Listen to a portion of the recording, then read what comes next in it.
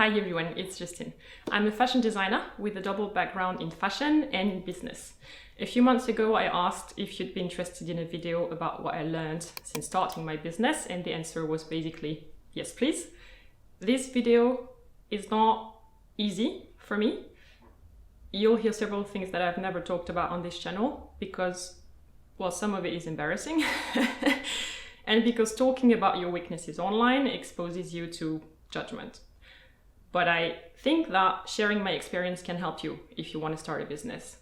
And when other people say that their company creations were like a walk in the park, I think they're not telling the full story, or I'd want to know how.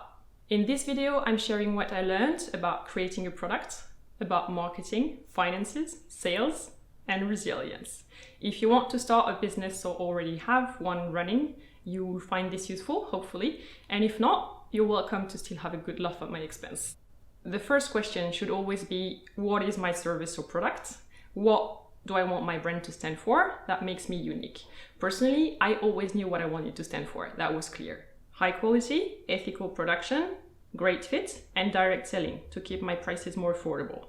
I focused on knitwear because right now knitwear represents 50% of anyone's wardrobe. And yet all we see in stores is leggings and sweatshirts, and I wanted to give more options. That was my plan. And then all sorts of people started to pitch in and they knew exactly what I should be doing and how, even though they are not entrepreneurs themselves, and they usually had no idea about the fashion industry that I was getting into. Listening to advice is great, no question, but only up to a certain point. Then you need to stop listening, put your head down, get the work done, and bring your product to the finish line, because no one will do that part for you. There's a time to think, but after that comes the time to just do. How to allocate my time smartly. When I first started, I focused on what I knew least, which is finding fabric suppliers, finding sewing factories, this kind of thing. And I ended up not doing enough of what I actually have more experience in, coming from a business background, and that is marketing. Isn't it ironic that in the first year, I neglected what I'm actually best at in terms of experience? Now looking back at it, I would say that marketing and sales have to be at least 50% of your time right from the beginning. If you put a product or a service out there and no one knows about it, you can't expect to sell anything, clearly. If you knew how many designers I met that say, I don't do marketing, if my product is great, people will notice. But no, people aren't looking for you. They won't notice your product unless you show it to them. There is absolutely nothing disgraceful about going out there and talking about the product that you created, because I'm assuming you believe in it yourself. Now, if you say, I really hate selling, I'm a very, very poor seller, that's okay if you're aware of it, but then make sure you have somebody that does the selling for you. Next point, planning ahead of your launch. When I started, my first collection came out way later than I had planned, because when you work alone, everything awaits your attention, your feedback, your input, and your thinking time. Nothing gets done in parallel. It's more one thing after the other, so everything needs longer. I would say plan everything and then multiply that time by 2. That's the time you will realistically need. For all your suppliers, you'll be a small client, so you will have less priority. At each step in the process, things might get delayed and throw off your timing. So you need to just be aware of that and plan accordingly.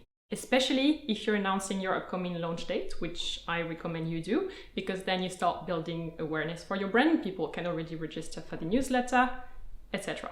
For my latest collection, I did pre-orders and I communicated in which week I would start shipping out.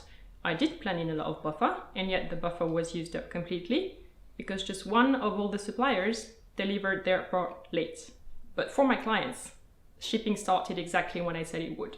How to finance my company. I spent 3 full weeks writing a business plan that no one read.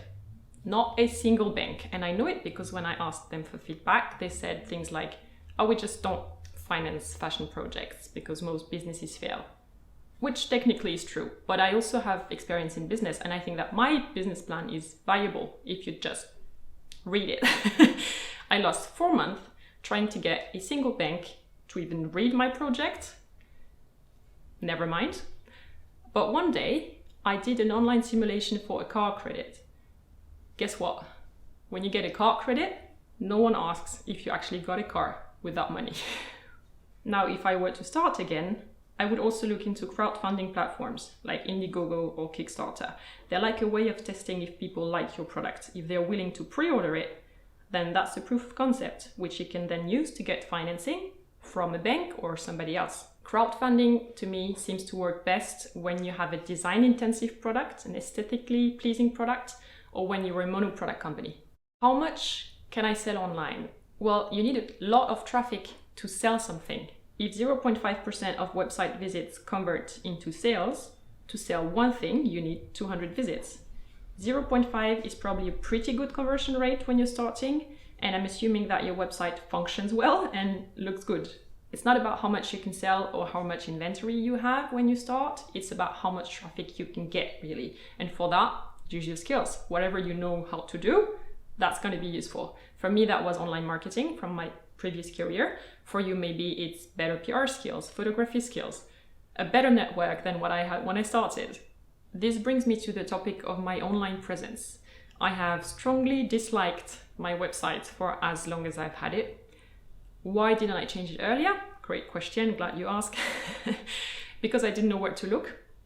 Main reason for everyone not to have a better website. And because I didn't take the time to research better providers.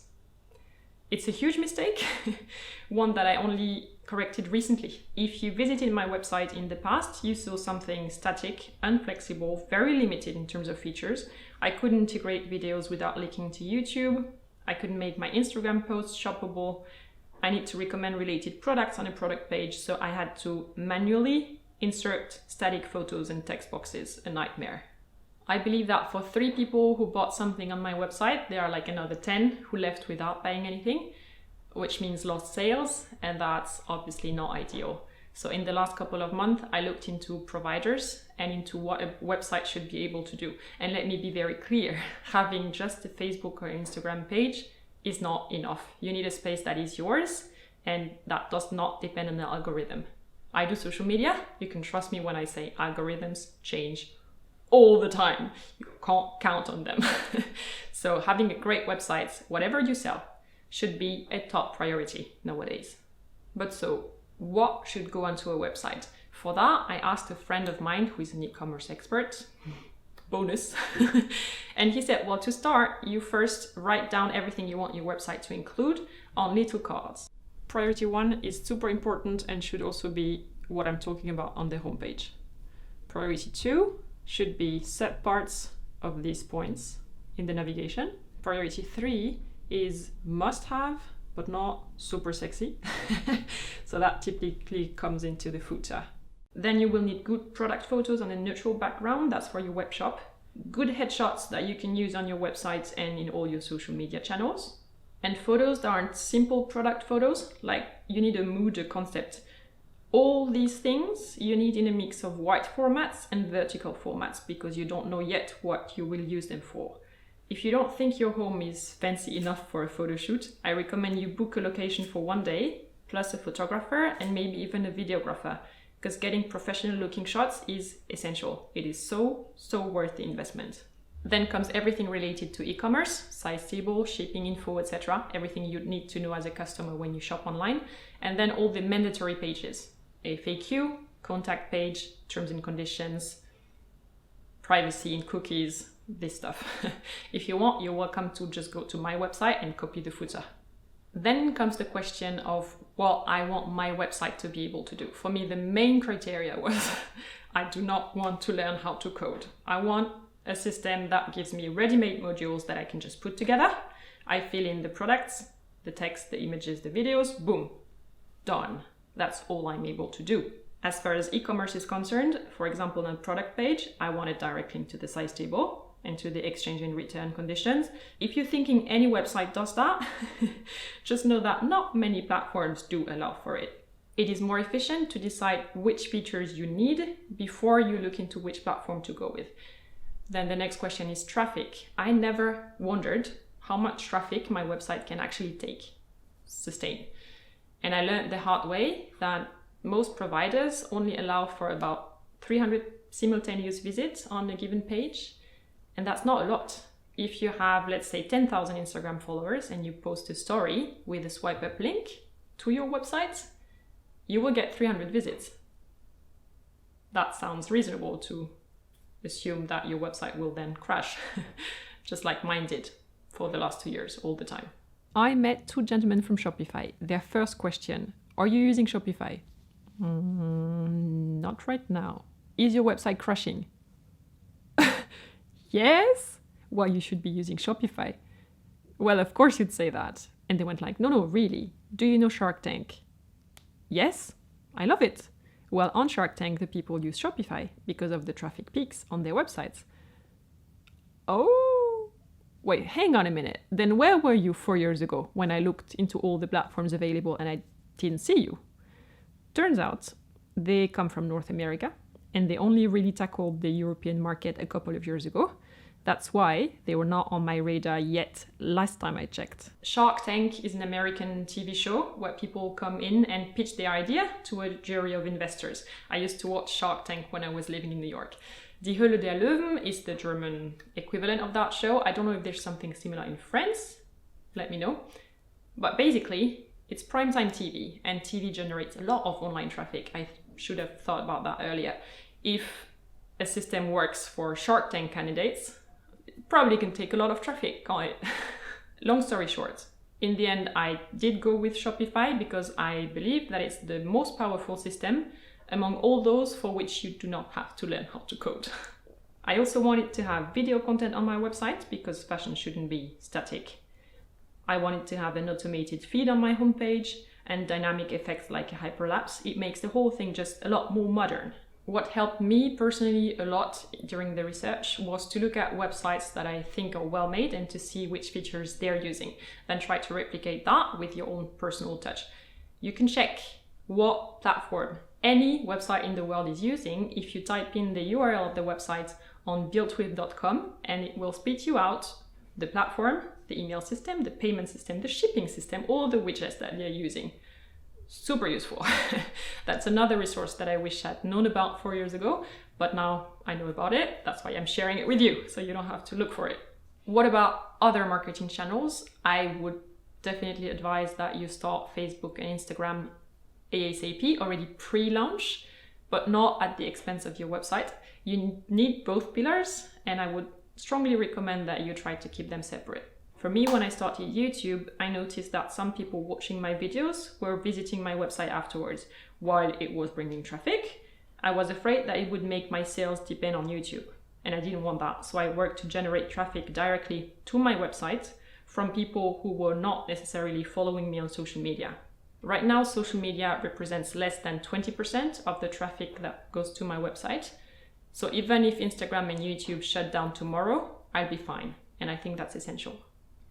PR, like gifts to the press, mailings, etc., is another channel. I think it only makes sense though once you've already achieved the minimum level of awareness. At the beginning, I did my homework and I sent multiple mailings and things to the German press because I'm in Germany, to the French press because I'm French, and I got 0 answer. Not a single one ever. Now I do get featured, but it will be in Russia or in the US, in countries and in magazines that I actually never solicited. So I would really advise that you focus on your customers instead of spending time trying to convince other people. Focus on your customers, the press will follow eventually. If you're starting a business and you don't have either money, fame, or connections yet, the 3 magic jokers, then starting online is a clever thing to do, because this way you don't need to spend time convincing all the gatekeepers that used to be the press, the buyers, the opinion leaders in your industry. That is the strategy that I used, and my website was key in reaching potential customers early on without waiting for Vogue to write about me, because I'd still be waiting. I said earlier that my e-commerce platform is now Shopify. I've tried 3 so far, and I researched all of them. Shopify is optimized for commerce. It's beginner friendly because you just need to pick a template and enter your products to be able to start. But then when you grow and realize you need additional features, you can just add them as you go while keeping the same templates and the same platform. This is why you see both small and big businesses use Shopify with different features. And at the end of the day, each website looks different. I don't want my webshop to look like anybody else's. Shopify is sponsoring this episode. If you want to try it out for 14 days for free, just click the link that I put in the video description down below and see if it's for you. I'm very happy that I switched to Shopify and I can absolutely recommend it. I feel like I could keep talking about entrepreneurship for hours, but I suggest that we take it to the comment section instead. If you have a concrete question on building your brand or your website, share it below and hopefully I can help me or somebody else in the community. Let's share. Thumbs up if you enjoyed this video. Thank you very much. And if you want to watch more, I linked here and down below a previous video of mine explaining how I increased my productivity since I started my business. I found a system that works for me and it might help you as well. Other than this, I will see you soon again in a new video. And until then, take care. Bye.